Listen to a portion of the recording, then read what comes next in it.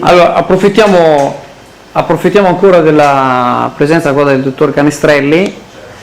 e così se ci può spiegare un po' come avviene questo studio, questa previsione dell'effetto della marea. Sì, allora già dagli anni 70 si è capito come l'onda che si registra in un dato luogo è composta, e qui andiamo abbastanza semplificando, andiamo tagliando un po' con l'accetta, di una componente astronomica dovuta appunto all'interazione dei vari astri, in questo caso parliamo di Terra ovviamente, che è il soggetto su cui avviene il movimento della superficie dell'acqua,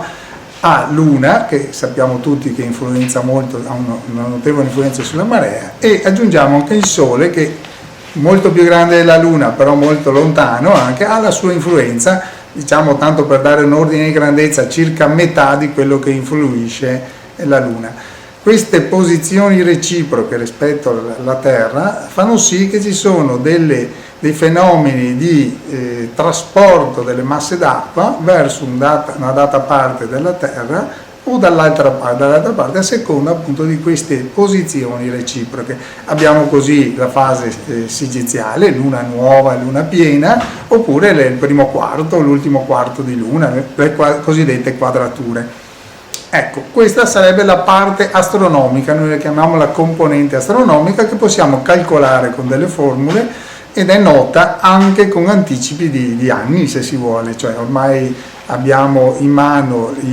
le costanti armoniche per poter riprodurre questa componente anche in futuro. Invece la seconda parte che interviene nella costruzione della marea totale che si osserva è la cosiddetta componente meteorologica. Lo dice la parola stessa, cioè deriva da quello che sono le condizioni meteorologiche atmosferiche che investono, in questo caso non solo la laguna di Venezia, per carità, anche la laguna di Venezia, ma tutto il bacino dell'Adriatico, perché abbiamo sentito da prima come il fenomeno coinvolge tutta quest'area. Per cui vento di scirocco per attrito sulla superficie, se spira scirocco appunto è dalla direzione sud-est, per cui per attrito sulla superficie del mare spinge e a volte, se è intenso, ingolfa verso l'estremo chiuso dell'Adriatico una quantità d'acqua che poi attraverso le 3 bocche di porto entra in laguna e colpisce i vari insediamenti umani dalla città di Venezia, città di Chioggia e così via.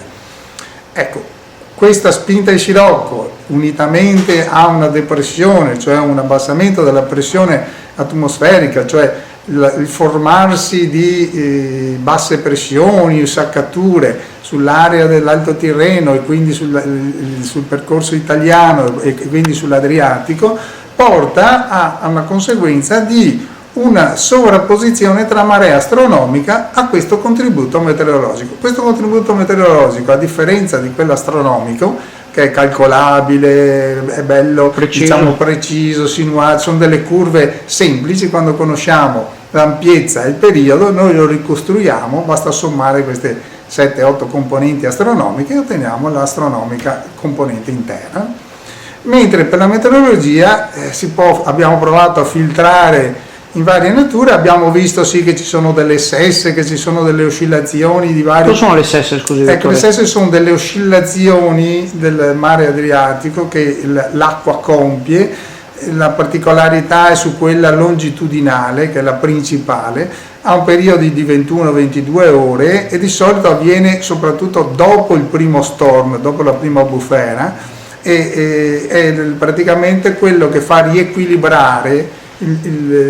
la marea, che ingolfata nell'Alto Adriatico tende a ripristinarsi, viaggia verso Otranto, trova una strozzatura a Otranto,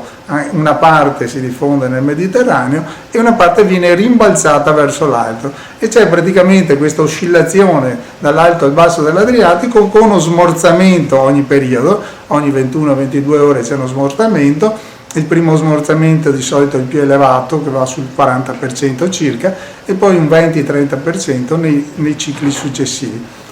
E può succedere che appunto queste onde, queste sesse, possono produrre fenomeni di alta marea anche successivamente al passaggio di un'ondata di bufera, eccetera, uno storm, come dicono gli inglesi, un storm surge. Per cui bisogna fare attenzione che non sempre, se non vediamo effetti durante proprio la sciroccata, il momento più forte delle condizioni atmosferiche, non è detto che magari non lo faccia qualche ora dopo o addirittura il giorno dopo.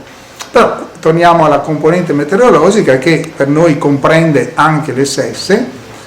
Questa è bizzarra, cioè è una situazione in cui non c'è proprio una curva molto lineare, a volte va su improvvisamente, a volte cala perché il vento ha girato direzione, poi magari si riporta di nuovo scirocco per cui spinge di nuovo un'ondata dentro la laguna di Venezia, per cui è la parte che bisogna calcolare, ma è la parte più difficile da calcolare, proprio perché ha una conformazione, un disegno non lineare e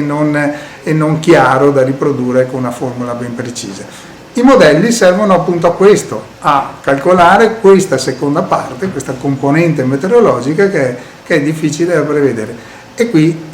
come abbiamo detto prima, ci sono vari sistemi, o quello statistico o quello deterministico. Però, ripeto, qui è la difficoltà nella previsione del livello di marea. E tutti devono capire, gli utenti devono capire che se vedono una situazione con forti venti e soprattutto forti venti che variano di direzione, che possono variare di direzione, noi siamo in difficoltà nel formulare la previsione,